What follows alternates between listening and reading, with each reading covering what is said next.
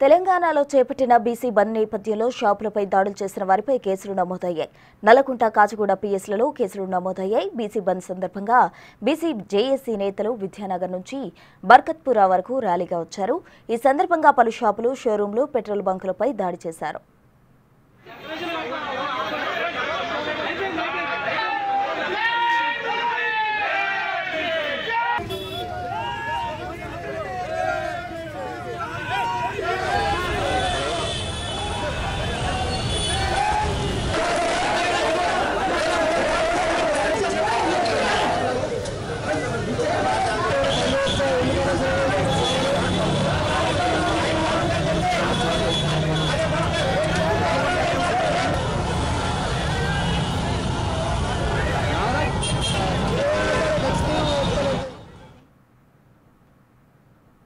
ఇవాళ బీసీ బంద్కు అన్ని పార్టీలు మద్దతు ఇచ్చాయని అన్నారు జాతీయ బీసీ సంఘ నాయకుడు ఆర్ కృష్ణయ్య.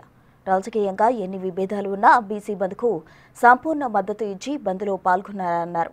బీసీలకు జరుగుతున్న అన్యాయాలపై ఈ బంద్ ద్వారా బలమైన సంకేతం ఇచ్చామన్నారు. కేంద్ర రాష్ట్ర ప్రభుత్వాలు దిగొచ్చి బీసీలకు న్యాయం చేయాలని డిమాండ్ చేశారు ఆర్ కృష్ణయ్య. ఓ గొప్ప ఆశయం కోసం పార్టీ విభేదాలున్నా, సిద్ధాంతపరమైనటువంటి విభేదాలున్న బీసీలకు వాటాలు దక్కాలని మీరందరూ చేసినటువంటి కృషి ఫలితంగా ఈరోజు బీసీలు బలమైన ఉద్యమాన్ని అన్ని వ్యవస్థలకు, రాజ్యాంగ వ్యవస్థలకు, న్యాయ వ్యవస్థకు, శాసన వ్యవస్థకు, ఎగ్జిక్యూటివ్ వ్యవస్థకు, సమాజంలోని ఉన్నత ఎదిగినటువంటి వ్యవస్థకు అందరికీ కూడా ఒక రిప్లై ఇచ్చారు. వీళ్ళకి అన్యాయం జరుగుతుంది, వీళ్ళకి న్యాయం చేయాలి.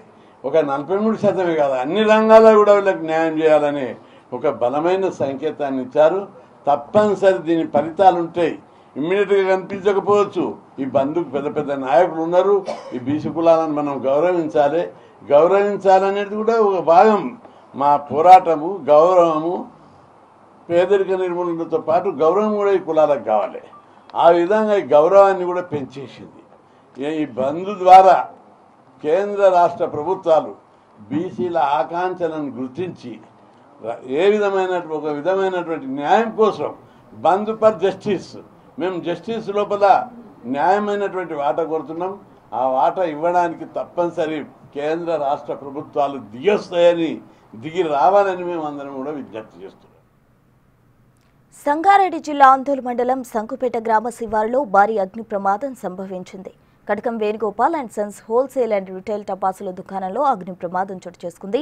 టపాసుల ప్యాకింగ్ పేపర్ల వ్యర్థాల్లో ప్రమాదవశాత్తు నిప్పురవ్వ పడి మంటలు చెలరేగాయి. గోదాం ఆవరణలో ఏర్పాటు చేసిన హోల్సేల్ అండ్ రిటైల్ దుకాణాలకు మంటలు వ్యాపించాయి. పెద్ద ఎత్తున మంటలు చెలరేగడంతో పాటు దట్టమైన పొగలు అలుముకోవడంతో స్థానికులు భయాందోళనకు గురయ్యారు. వెంటనే స్థానికులు అగ్నిమాపక కేంద్రానికి సమాచారం ఇవ్వడంతో సిబ్బంది వచ్చి మంటలు అదుపులోకి తెచ్చారు. ఎవరికీ ఎలాంటి ప్రాణహాని లేకపోవడంతో ఊపిరి పీల్చుకున్నారు.